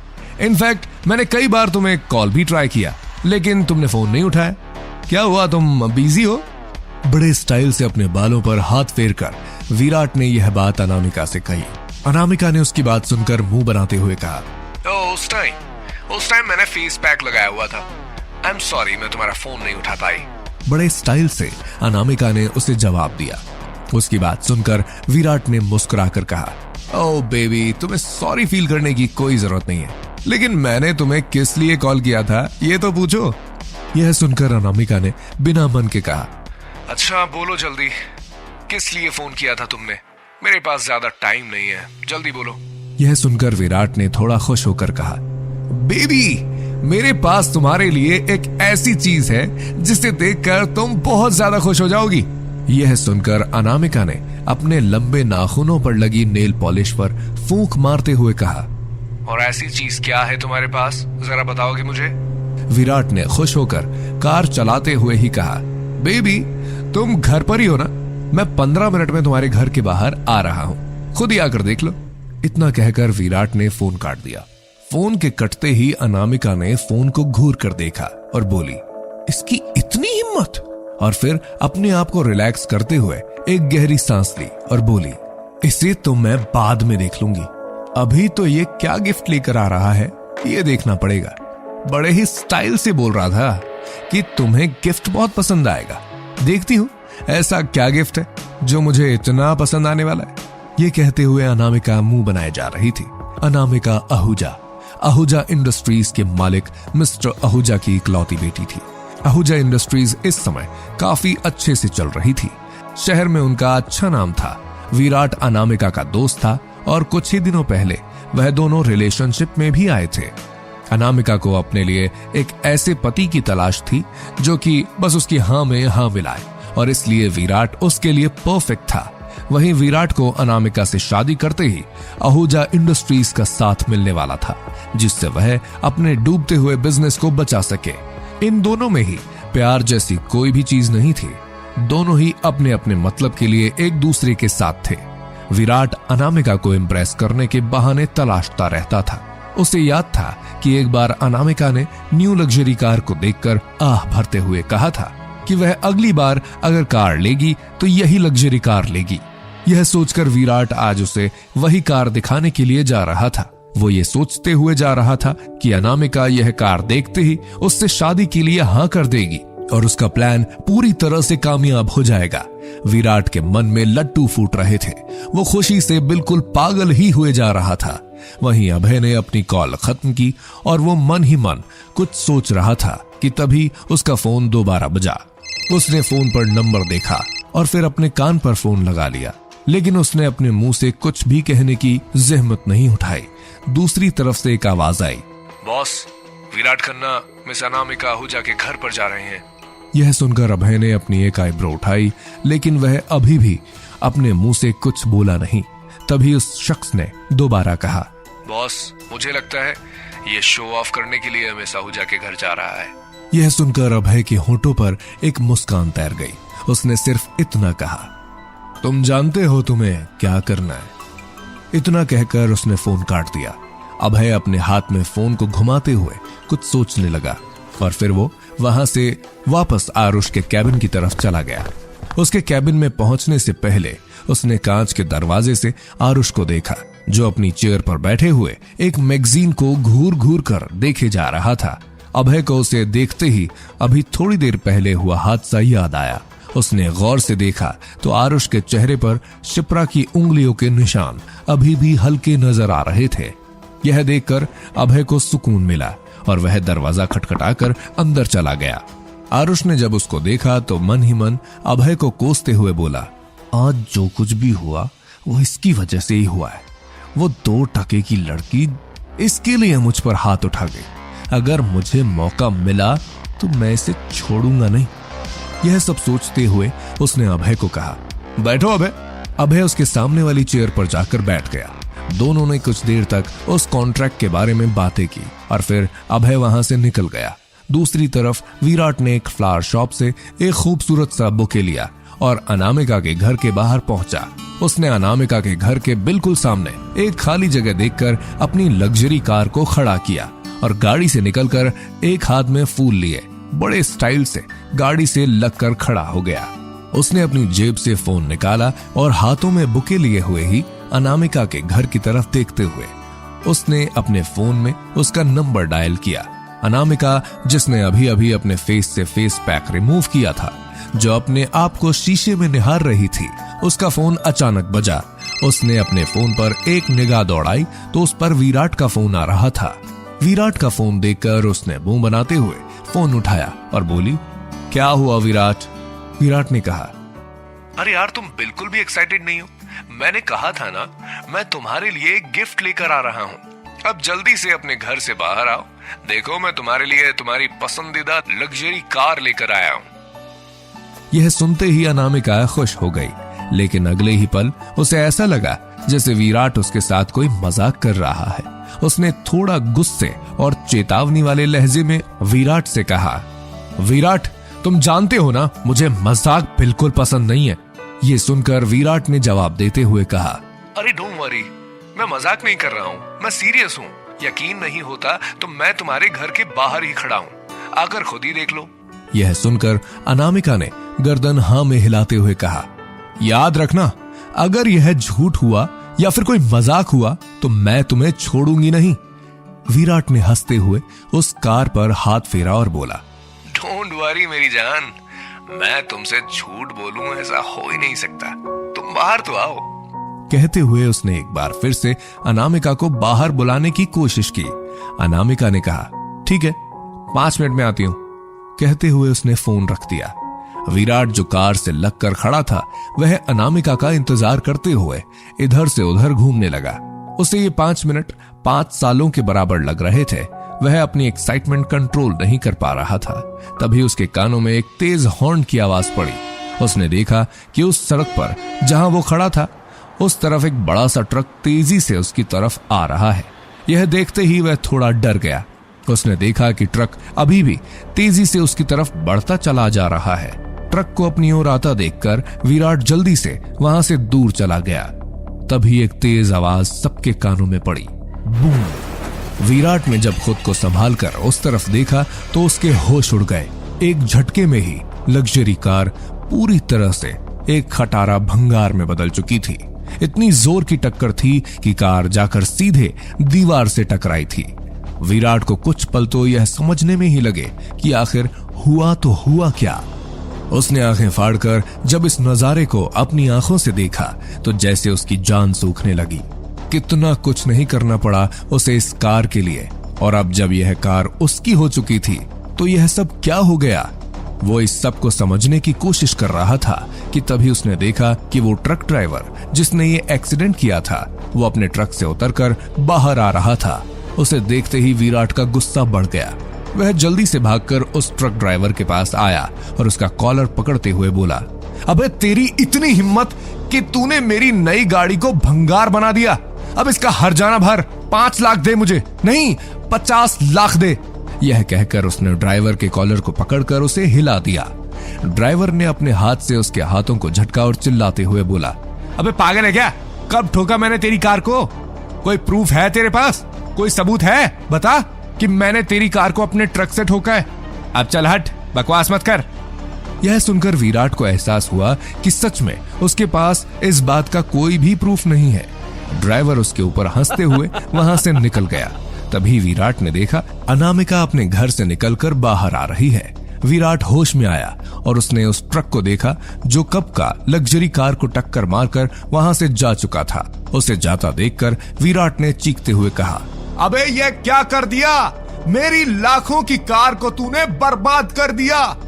वह रोड पर खड़े होकर पागलों की तरह चिल्लाए जा रहा था। अनामिका उसके पास पहुंच गई थी।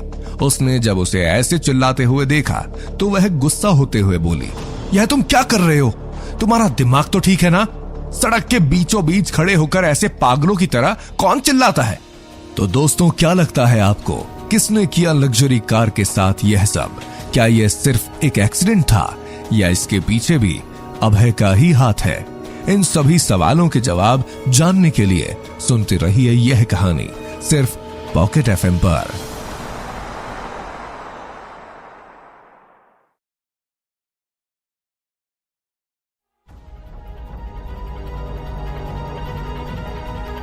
पहले से ही परेशान विराट ने जब अनामिका की ये बातें सुनी तो वह उस पर भड़कते हुए बोला, तुम अपनी बकवास बंद करो, तुम्हें यहाँ बकवास करने के लिए नहीं बुलाया है। अनामिका ने जैसे ही यह बात सुनी उसने खींचकर एक थप्पड़ विराट के गाल पर रसीद कर दिया और गुस्से से पैर पटकते हुए वहां से जाने लगी। विराट के गाल पर जैसे ही चांटा पड़ा उसे होश आया कि वो क्या बोल गया। वो बहुत अच्छे से जानता था कि अनामिका को नाराज करना इस समय उसे कितना भारी पड़ सकता है। वह जल्दी से जाती हुई अनामिका के पास गया और बोला, बेबी आई एम सॉरी, मैं इस समय बहुत परेशान हूं, इसलिए मेरे मुंह से गुस्से में गलती से निकल गया, प्लीज मुझे माफ कर दो। तभी अनामिका मुड़ी और उस पर चिल्लाते हुए बोली, क्या गुस्से से निकल गया? उसे ऐसे चिल्लाते हुए देखकर विराट ने एक बार फिर से कोशिश करते हुए कहा, baby please I am sorry, मुझे माफ कर दो, सॉरी। विराट लगभग गिड़गिड़ाते हुए अपने घुटनों पर आ गया था, लेकिन अनामिका का गुस्सा कम होने का नाम ही नहीं ले रहा था। विराट ने अपनी सफाई देते हुए कहा, बेबी उस कार को देखो, वह लग्जरी कार मैंने तुम्हारे लिए खरीदी थी और अभी एक ट्रक आकर उसे कुचलकर चला गया। तुम बताओ, मैंने अपनी मेहनत और खून पसीने की कमाई से वह कार ली थी और एक सेकंड में ही किसी ने उसे खत्म कर दिया।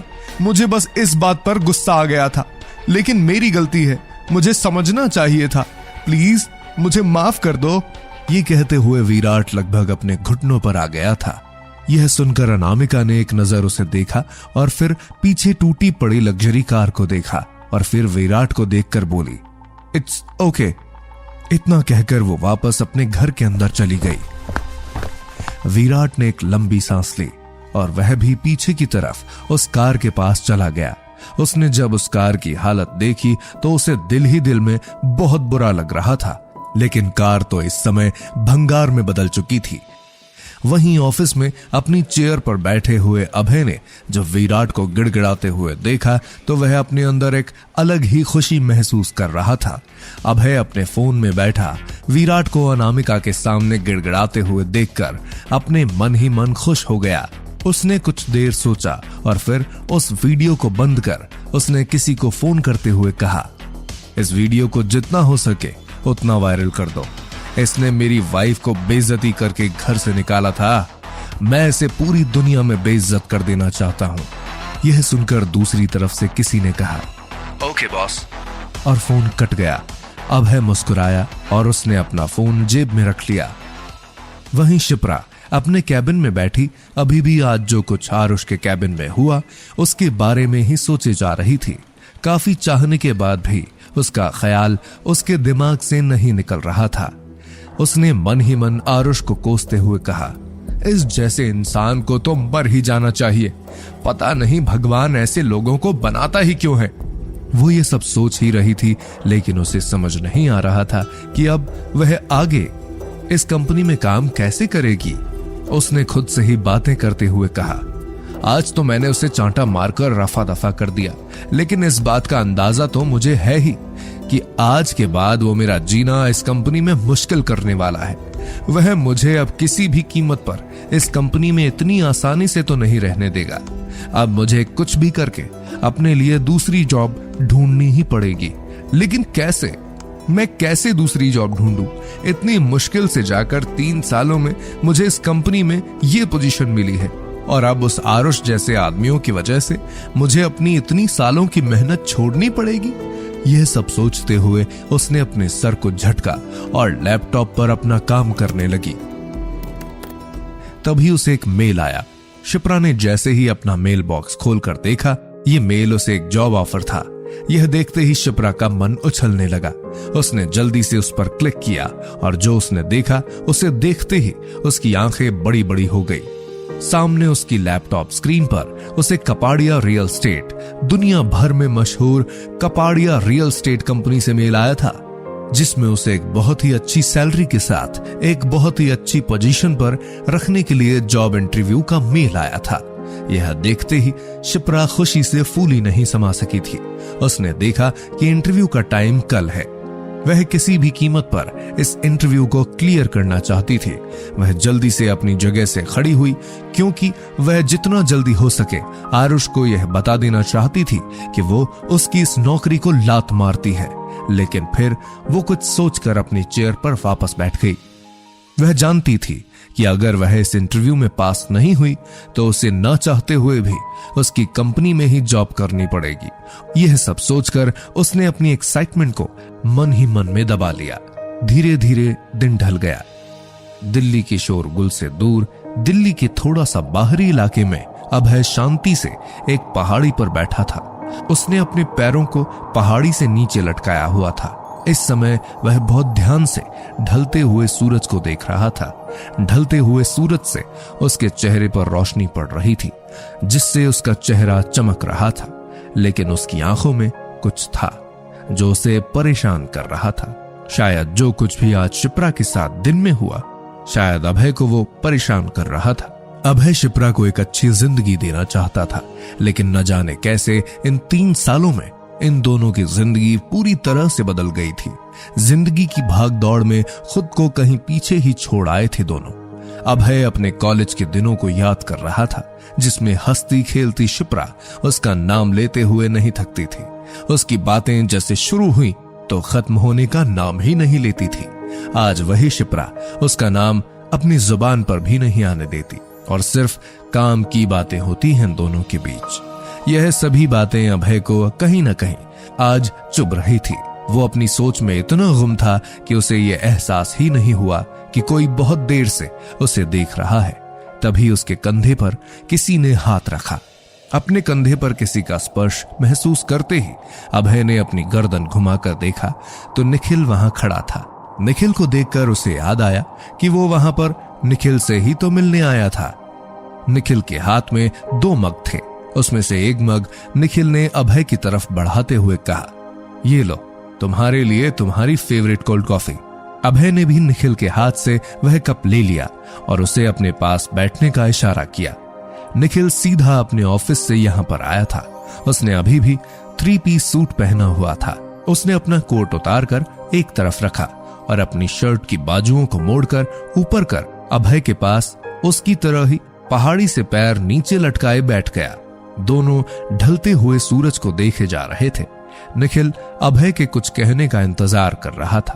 तभी अभय ने अपनी चुप्पी तोड़ते हुए कहा, निखिल, तुमने वो किया जिसके लिए मैंने तुमसे कहा था।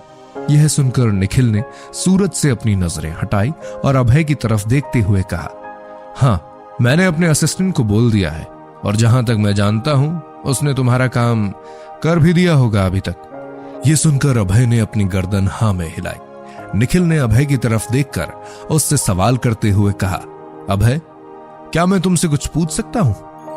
अभय ने बिना उसकी तरफ देखे बस अपनी गर्दन हाँ में हिला दी।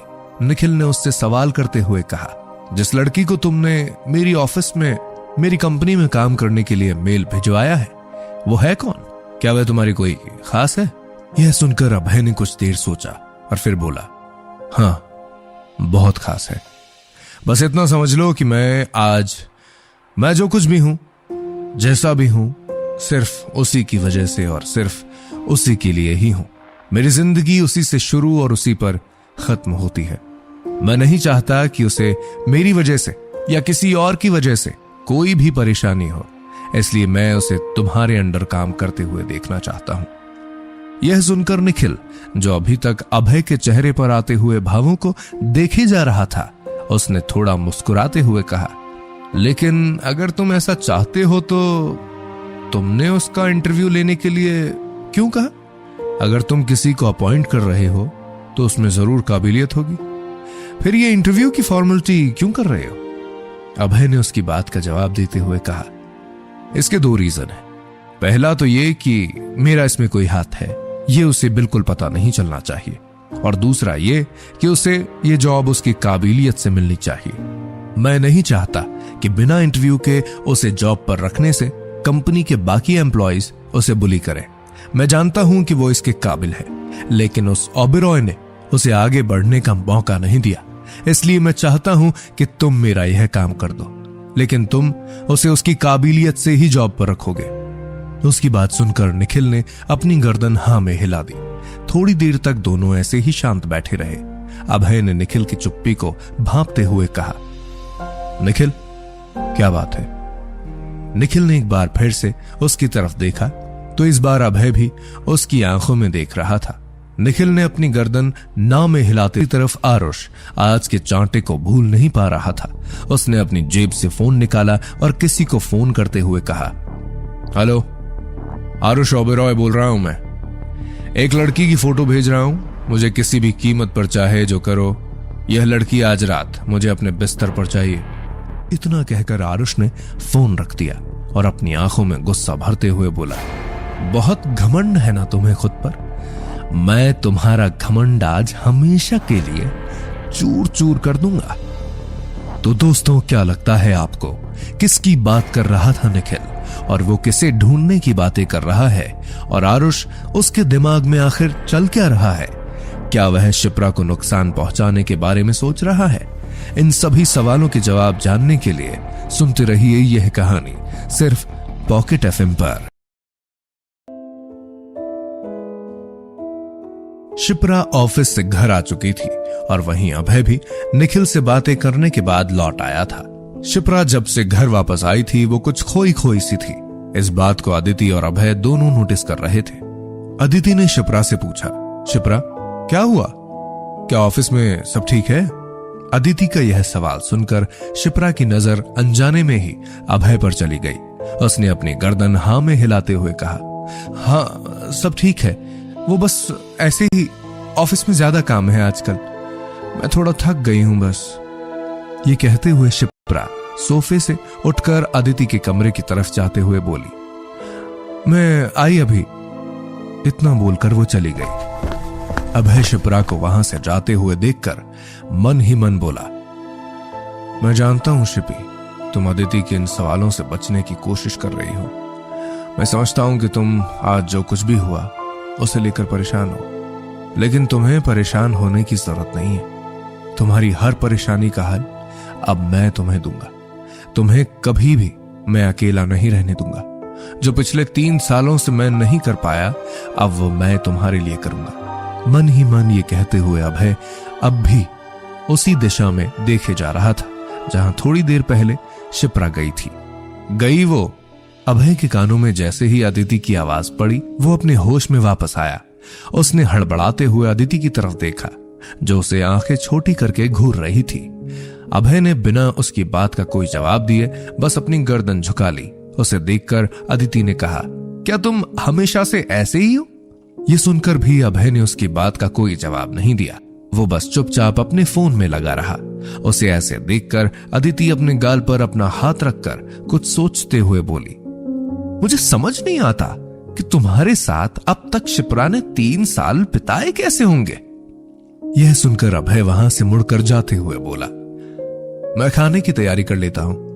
यह सुनकर अदिति ने भी कुछ नहीं कहा और वो चुपचाप अपने नाखूनों पर नेल पॉलिश लगाने लगी।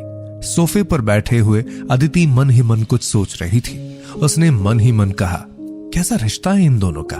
कहने को तो ये दोनों पति पत्नी हैं, लेकिन पूरे 24 घंटे में मैंने तो इन्हें एक बार भी एक दूसरे से बात करते हुए नहीं देखा। क्या इन दोनों के बीच सब कुछ ठीक नहीं है? खुद में ही बड़बड़ाते हुए अदिति सोच में ही थी कि तभी उसके पास शिप्रा आकर बैठ गई।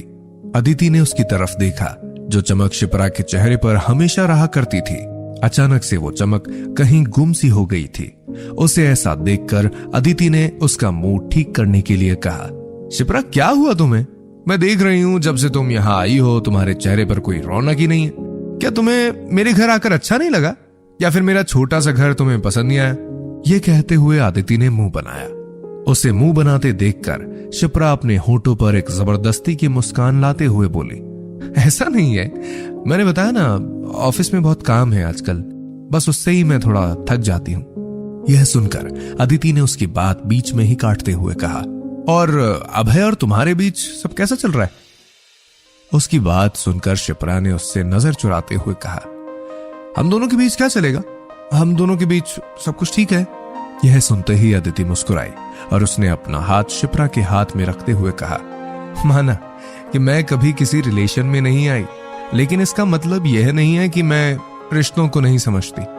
मैंने तुम्हें और अभय को जब से तुम यहां आई हो तब से एक बार भी बात करते हुए नहीं देखा। जरा बताओ, कौन से ऐसे पति पत्नी हैं जो एक दूसरे से कभी बात ही नहीं करते? थोड़ी देर रुककर अदिति दोबारा बोली, क्या तुम्हारे बीच में कोई परेशानी की बात है, या फिर तुम्हारे बीच कोई झगड़ा हुआ है? यह सुनकर शिप्रा ने अपनी गर्दन ना में हिलाते हुए कहा, अदिति तुम ज्यादा सोच रही हो, ऐसा कुछ भी नहीं है हमारे बीच। हम दोनों एक दूसरे से नाराज नहीं है, बस ऐसे ही आजकल बातचीत कम होती है। उसकी बात पर अदिति ने कहा, वैसे तो किसी भी 2 जनों के बीच में तीसरे को बोलना सही नहीं माना जाता, लेकिन फिर भी मैं कहूंगी कि वक्त रहते अपने रिश्ते को ठीक कर लो। कहीं ये दूरियां इतनी ना बढ़ जाए कि तुम दोनों के बीच ये दूरियां चाह कर भी भरी ना जा सके और कोई तीसरा ही तुम दोनों के बीच आकर इसका फायदा उठाए। उसकी यह बात सुनकर शिप्रा एक बार फिर से अपनी ही सोच में गुम हो गई। वो मन ही मन बोली, ये दूरियां तो हमारे बीच पिछले 3 सालों से हैं। कभी कभी मुझे भी समझ नहीं आता कि क्यों एक दूसरे को चाहने के बाद भी हमारे बीच इतनी दूरियां हैं। ना ही हमारे बीच कभी कोई लड़ाई झगड़ा होता है और ना ही कोई बातचीत। हम दोनों एक ही रेल की पटरी के वो 2 सिरे बन चुके हैं, जो साथ तो हैं लेकिन पास नहीं, और शायद हम कभी एक हो भी नहीं पाएंगे। यह सोचते हुए शिप्रा का चेहरा और भी ज्यादा उतर गया। अदिति ने जब उसे सोच में गुम देखा तो उसे हिलाते हुए बोली, अरे यार तुम तो कुछ ज्यादा ही परेशान हो गई, चलो छोड़ो और बताओ क्या सोचा है आगे तुमने। उसकी बात सुनकर शिप्रा कुछ कहने के लिए अपना मुंह खोलती, उससे पहले ही अदिति ने कहा, देखो मुझे तुम्हारे यहां रहने से कोई प्रॉब्लम नहीं है, लेकिन तुम्हारे पति को जरूर हो सकती है। शिप्रा को छेड़ते हुए, क्योंकि तुम मेरे साथ जो सो रही हो। उसने ये कहा ही था कि अभय जो तभी वहां से गुजर रहा था, उसने यह बात सुन ली और बोला, नहीं इससे मुझे कोई दिक्कत नहीं है, मेरे लिए तो ये अच्छा ही है, क्योंकि अगर शिप्रा मेरे साथ सोती है तो मुझे बेड से नीचे सोना पड़ता है, इसलिए ये अच्छा ही है। इतना कहकर वह बीच में ही रुक गया। उसे अब जाकर याद आया उसने अचानक यह क्या बोल दिया था। वहीं शिप्रा ये सुनकर गुस्से से लाल हो गई और अदिति तो अपना पेट पकड़कर जोर जोर से हंसने लगी। वो इतनी जोर से हंस रही थी कि उसकी हंसी उससे कंट्रोल ही नहीं हो रही थी।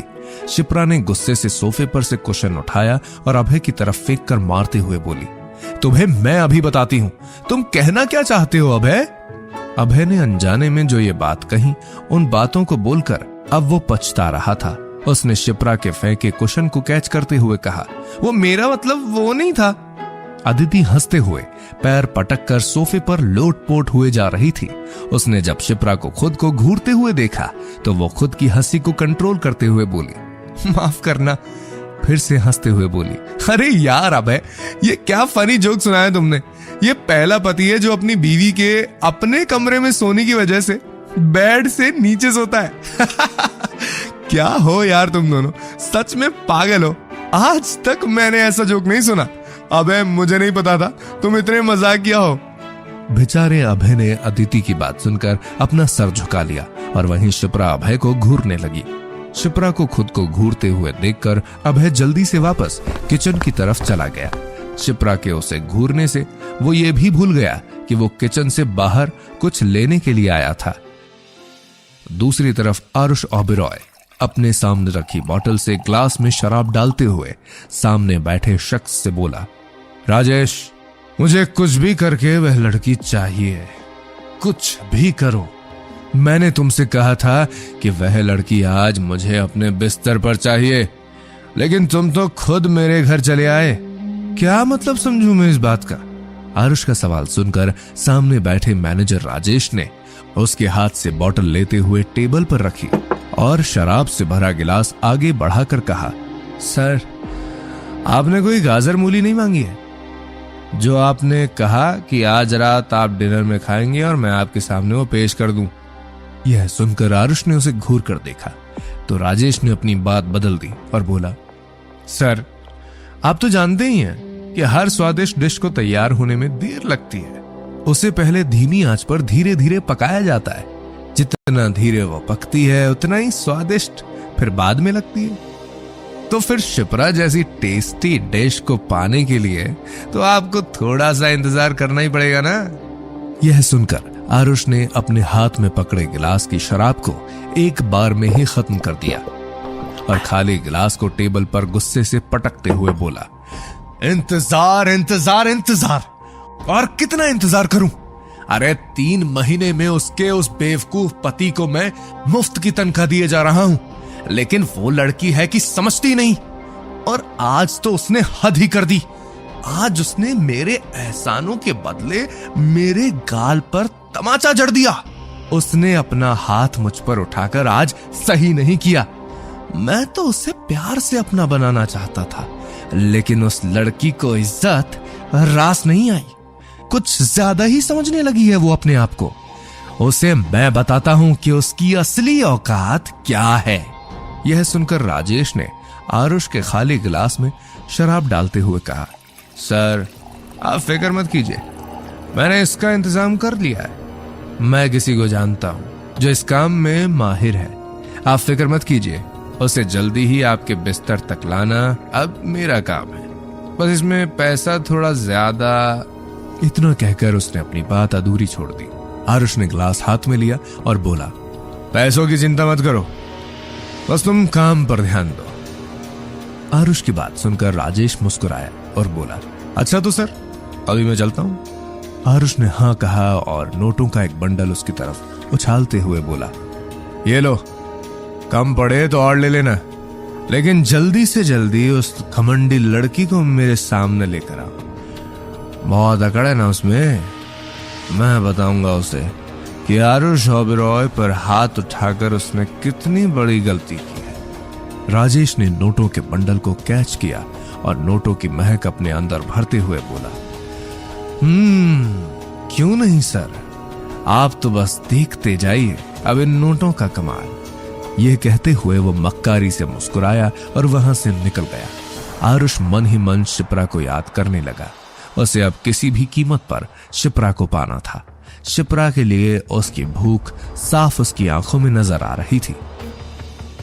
दोस्तों, क्या लगता है आपको, ऐसी क्या बात है जो एक दूसरे के इतने पास होकर भी अभय और शिप्रा एक दूसरे से इतने दूर हैं? क्या आरुष और राजेश के इरादे कामयाब हो जाएंगे? इन सभी सवालों के जवाब जानने के लिए सुनते रहिए ये कहानी सिर्फ पॉकेट FM पर।